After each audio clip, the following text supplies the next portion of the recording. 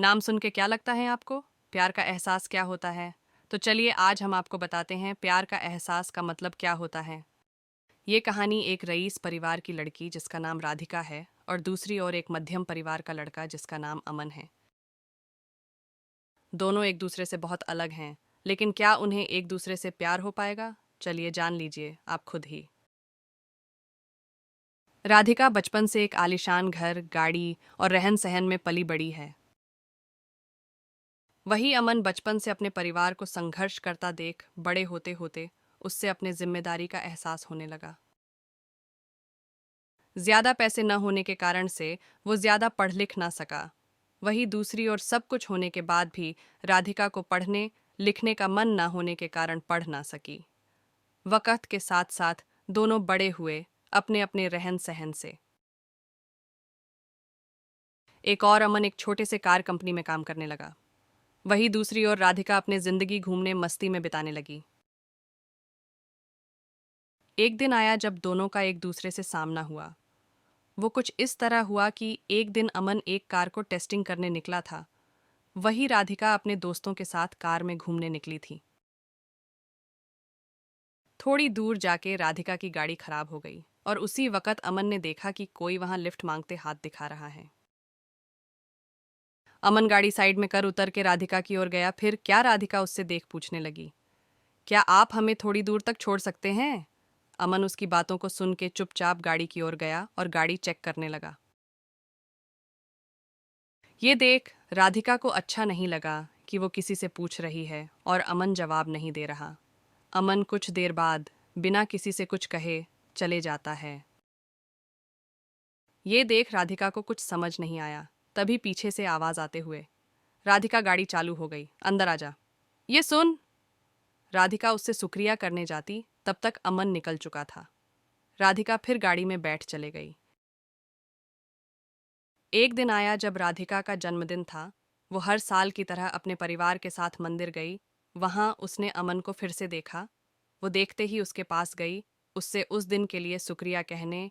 ये सुन अमन ने उससे देख मुस्कुरा दिया। ये देख राधिका ने अमन से पूछा, क्या तुम बोल नहीं सकते? उस दिन भी मैंने पूछा था, तब भी कुछ नहीं बोले। आज भी जब मैं खुद आई तुम्हारे पास तुम्हें शुक्रिया कहने, तो आज भी बस मुस्कुरा दिए और कुछ कहा नहीं। फिर अमन ने कहा कि मुझे देर हो रही थी, लेकिन मैंने वहां तुम्हें देखा कि तुम लिफ्ट मांग रहे थे, इसीलिए मैंने गाड़ी रोक के तुम्हारी गाड़ी ठीक करने चले आया। फिर दोनों के बीच बातें चलने लगी। फिर अमन को देर हो रही थी तो अमन ने कहा कि अब मुझे जाना होगा, मुझे ऑफिस के लिए लेट हो रहा है। जाते जाते अमन ने उससे दोस्ती की हाथ बढ़ाया, कहा कि क्या हम दोस्त बन सकते हैं? ये सुन राधिका ने कहा, मुझसे दोस्ती? मैं हर किसी से दोस्ती नहीं करती। ये सुन अमन ने हंसते हुए कहा, चलो ठीक है, कोई नहीं, वक्त बताएगा कि दोस्ती करते हो या नहीं आप। ये बोल के वो चल दिया और वहां राधिका भी अपने घर की ओर निकल पड़ी। कुछ दिनों बाद राधिका और अमन एक मॉल में मिलते हैं। अमन देख राधिका से पूछा, तुम यहाँ कैसे? राधिका देखते हुए, बस यूं ही घूमने के लिए आई हूँ, तुम्हारा आज ऑफिस नहीं है जो यहाँ आए हुए हो। अमन ने कहा, आज बस जल्दी काम खत्म हो गया था तो सोचा थोड़ा घूम लूं। फिर दोनों एक कैफे में गए और बातें करने लगे। राधिका ने अमन से कहा, अपने बारे में बताओगे कुछ? अमन हंसते हुए कहने लगा, मैं क्या बताऊं अपने बारे में, मेरा तो बस एक सादा जिंदगी है, जहां रोज सुबह ऑफिस जाता हूं और शाम को घर जाके घर का कुछ काम कर लेता हूं, बस फिर खा के सो जाना, फिर वही सुबह फिर से। फिर अमन ने पूछा, आप क्या करते हो? ये सुन राधिका हंसने लगी और कहा, मुझे कुछ करने की जरूरत ही नहीं पड़ती, सब बिना कुछ किए ही मिल जाता है, तो क्यों करूंगी मैं कुछ? फिर अमन ने कहा, अच्छा है, फिर तो हम बहुत अलग हुए। ये सुन राधिका ने कहा, हाँ, अलग तो हुए, हम फिर भी तुम्हारे साथ बैठी हूँ यहाँ। फिर अमन ने कहा, बैठी हूँ मतलब? हम अलग है तो सिर्फ रहन सहन से, बाकी हम दोनों एक ही हैं। अगर तुम दिल से किसी के बारे में सोचोगे तो तुम्हें कोई अलग नजर नहीं आएगा। ये सुन राधिका ने कहा, ये दिल कुछ नहीं होता है। अमन सुन के मुस्कुराने लगा और कहा, ठीक है, जैसा तुम बोलो। फिर हर कुछ दिनों में दोनों मिलते रहते, बातें करते और अपने घर चले जाते। धीरे धीरे दोनों में बातें बढ़ने लगीं और दोनों रोज मिलने लगे। अमन ऑफिस से निकल के मॉल चले जाता और वहां राधिका उसका इंतजार करती रहती। फिर एक दिन राधिका ने कहा कि मुझे एक पूरा दिन तुम्हारे साथ रहना है, देखना है कि क्या करते हो तुम पूरा दिन। फिर एक दिन अमन का छुट्टी था ऑफिस का, तो उसने राधिका को मिलने के लिए बुला लिया। फिर अमन हमेशा की तरह पहले मंदिर गया, फिर वहां से आने के बाद मैदान गया जहां छोटे छोटे बच्चे खेल रहे थे। वहां अमन उनके साथ खेलने लगा। फिर कुछ देर बाद अमन वहां से आश्रम गया जहां वो हमेशा लोगों को खाना खिलता, उनका कुछ देर देखभाल करता, फिर चले आता। फिर वहां से निकलने के बाद अपने घर आया और अपने माँ को बिठा के घर का बचा हुआ काम खत्म किया। फिर रात हो गई और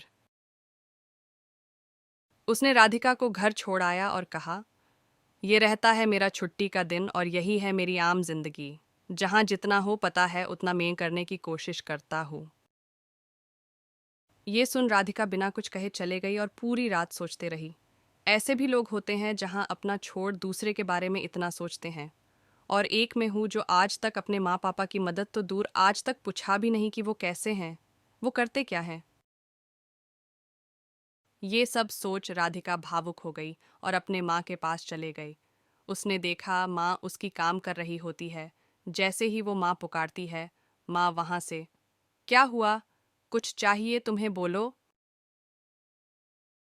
ये सुन राधिका और भावुक हो गई और माँ को कहते हुए, नहीं कुछ नहीं, बस यूं ही आई थी, और वहां से चले गई। बस वो एक पल था जब राधिका को एहसास हुआ कि सच में दिल से सोचने वाले लोग होते हैं।